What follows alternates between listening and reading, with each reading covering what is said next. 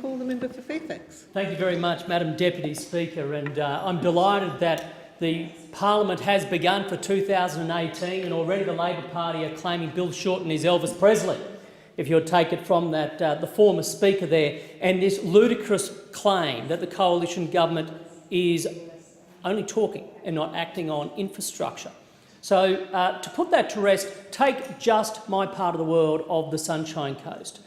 Over $920 million currently under construction on the Bruce Highway north of Caloundra Road.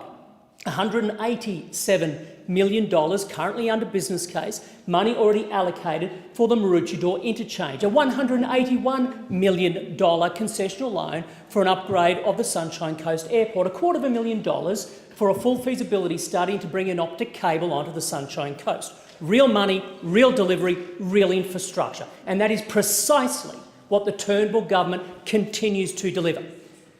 But, Deputy Speaker, we're here actually today in support of a motion put by my colleague, the member for Fisher, in relation to city deals.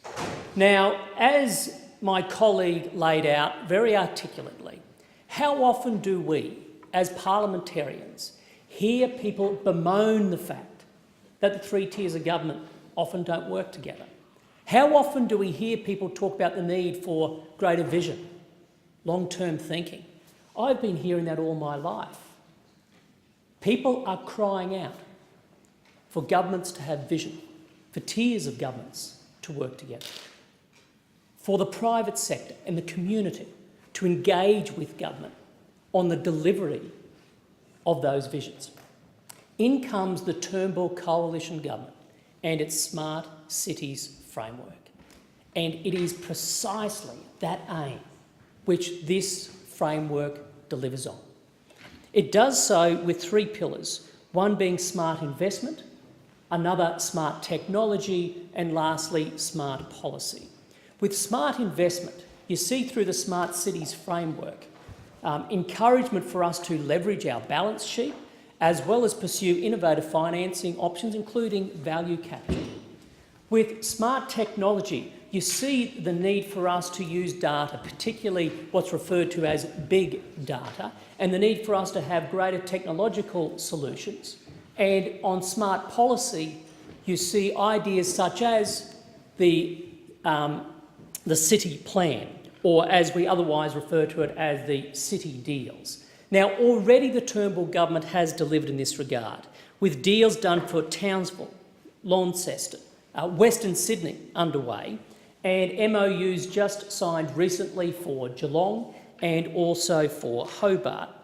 You see, what we have reflected in the city deal process is not just the opportunity for those three tiers of government to work together, but to also unlock more capital from the private sector.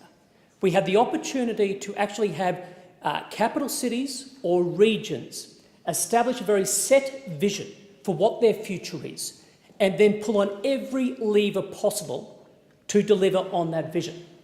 You see a consultative approach. That means the community is carried along with its leaders, and this is precisely what the city deal process delivers. Also, I'd make the point that, true to this coalition government's DNA, city deals are not just being considered for capital cities, Deputy Speaker, but also for regional areas, And that is why I also support the member for Fisher's interest in the Sunshine Coast as a potential area for a city deal. An area that I believe can be the healthiest place on earth.